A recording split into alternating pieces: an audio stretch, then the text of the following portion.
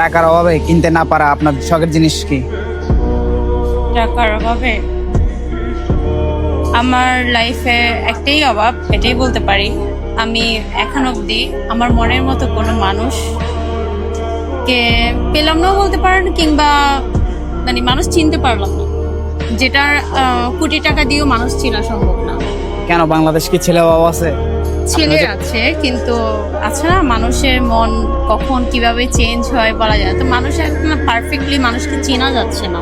So এমন কোনো যদি টাকা দিয়ে হোক কিংবা এমন কোনো পাওয়ারফুল কিছু দিয়ে হোক, যে এমন একটা মেশিন থাকতো যেটা দিয়ে মানুষের মন চেনা যেত, মানুষকে চেনা যেত, তাহলে আমি সেটাই করতাম। আর সেটা আসলে বলতে পারেন, টাকার প্রশ্নটা হয়তো বা আনসারটা আমার পারফেক্টলি হয়নি, কিন্তু আমার এই মুহূর্তে মাথায় এটাই আসতেছে, টাকার অভাব দিয়ে না, মানে পৃথিবীর কোনো কিছু দিয়ে না, মানে এই জিনিসটা পাওয়া সম্ভব না। সেটা আমার কাছে অমূল্য।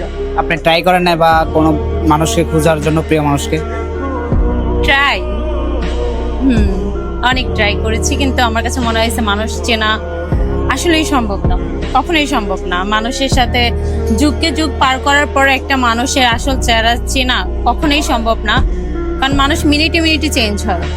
কারণ আমি কাউকে খুঁজতেছি না, আমি জাস্ট এটাই বুঝাচ্ছি, টাকার অভাবে আমি কোনো কিছু পাইনি যদি তা না, বরং টাকা থাকার পরও কিংবা আমি পারফেক্ট একটা মানুষ, কোনো মানুষকে আমি চিনি না, মানে আমি সবকিছু সবসময় মানুষকে বিশ্বাস করে ফেলি, ভুল করে ফেলি